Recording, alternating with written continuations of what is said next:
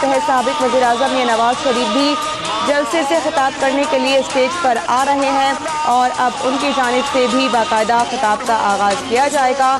جلسہ گاہ میں بہت بڑی تعداد میں لوگ موجود ہیں، جن کی جانب سے پہلے استقبال بھی شاندار انداز میں کیا گیا اور اب ان کی جانب سے بے صبری سے انتظار کیا جا رہا ہے سابق وزیر اعظم نواز شریف کے خطاب کا۔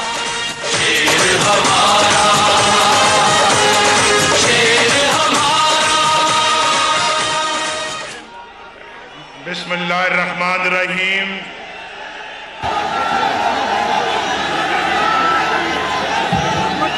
جناب ملک ندیم کامران صاحب، جناب پیر عمران علی شاہ صاحب، جناب ملک ارشد صاحب، میرے عزیز ممبران قومی اسمبلی، صوبائی اسمبلی، میری بہنوں، بھائیوں اور عزیز کارکنوں، میرے ساتھیوں، میرے دوستوں، السلام علیکم۔ ساہیوال آج عجیب جذبے میں ہے۔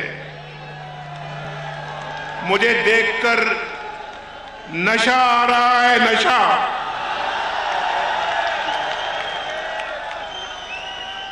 آج جو جذبہ دیکھ رہا ہوں، اس کا مقابلہ میں کر رہا تھا 2013 کے ساہیوال کے مجمع کے ساتھ،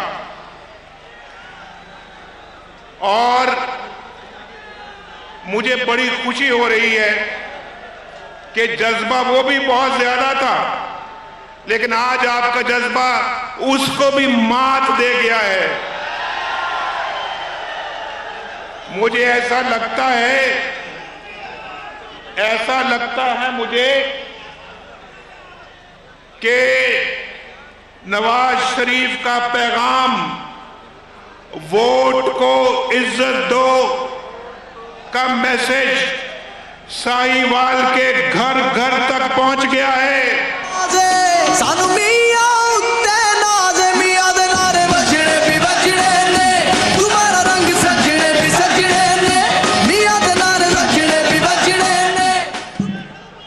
وہ جو ابھی ذکر ہو رہا تھا، ابھی مریم نواز شریف نے بھی ابھی ذکر کیا ہے، جو لاہور کا پرسوں ان کا جلسہ ہوا ہے، ٹی وی پر میں دیکھ رہا تھا، اور آج کا جلسہ بھی میں یہاں پہ دیکھ رہا ہوں۔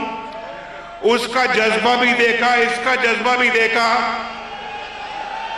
کوئی مقابلہ نہیں ہے، کوئی موازنہ نہیں ہے۔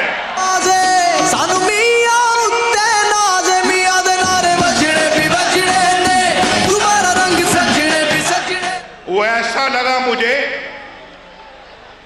کہ جلسہ لاہور دا، مجمع پشاور دا، جلسہ لاہور دا، مجمع پشاور دا، تے ایجنڈا کسے ہور دا۔ سمجھ آئی ہے آپ کو؟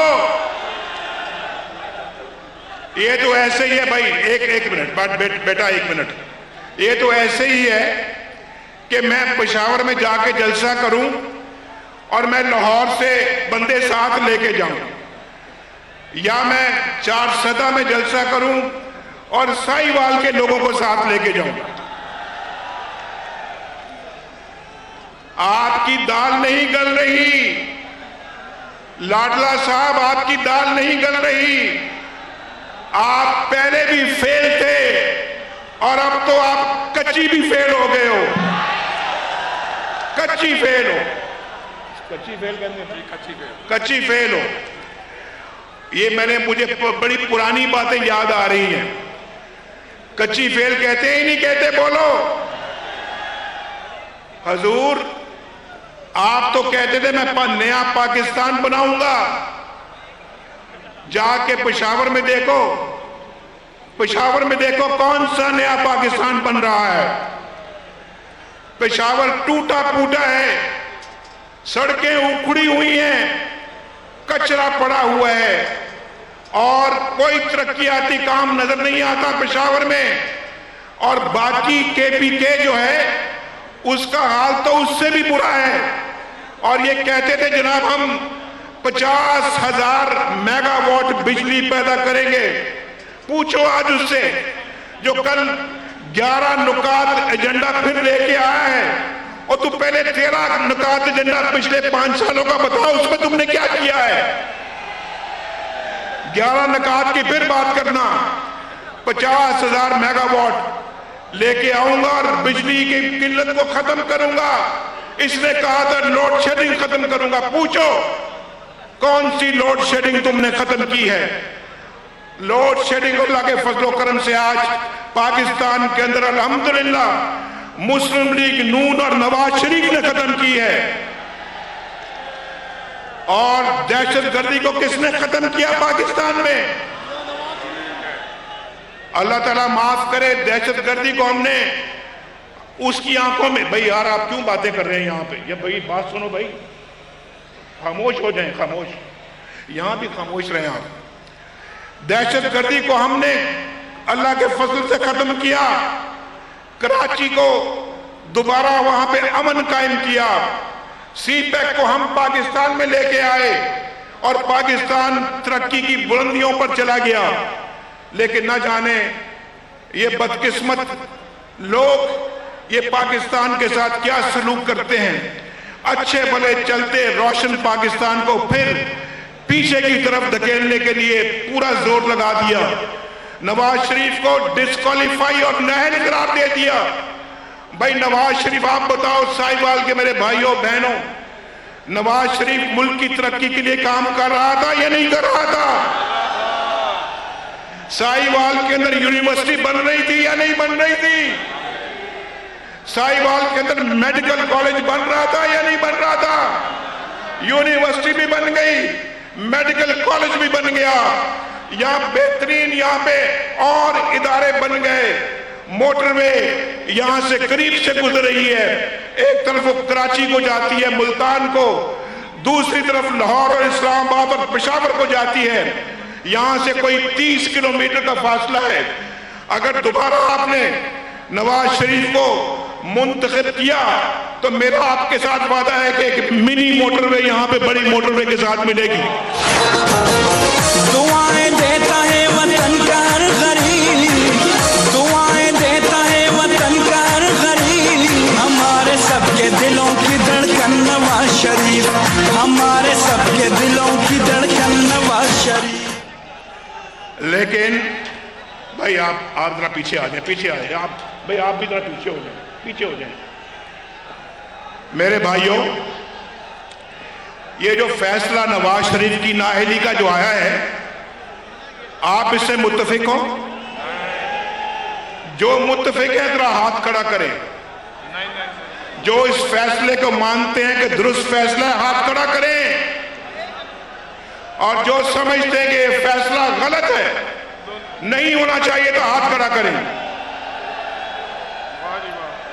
آج میں اپنے منہ سے نہیں کہتا،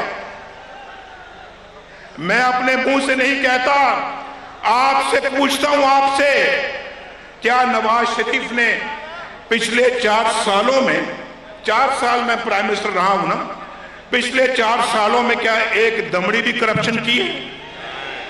ہاتھ اٹھا کے بتاؤ. اس سے پہلے بھی میں وزیر اعظم تھا 1997 سے 1999. کیا اس زمانے میں کوئی کرپشن کی میں نے؟ 1990 سے لے کے 1993 تک وزیر اعظم تھا. کیا اس زمانے میں نے کرپشن کی؟ مجھے کیوں نکالا گیا؟ آج پھر پوچھتا ہوں میں، کیوں نکالا گیا بھائی؟ کیوں بولو کیوں؟ ایک بیٹے سے تنخواہ نہیں لی؟ چل نواز شریف تیری چھٹی، کیونکہ تم نے بیٹے سے تنخواہ نہیں لی وزیر اعظم کو نکال دیا جاتا ہے. ایک دبئی کا ویزا رکھنے کے لیے، ویزا کیوں رکھا؟ چھٹی جاؤ بھاگو.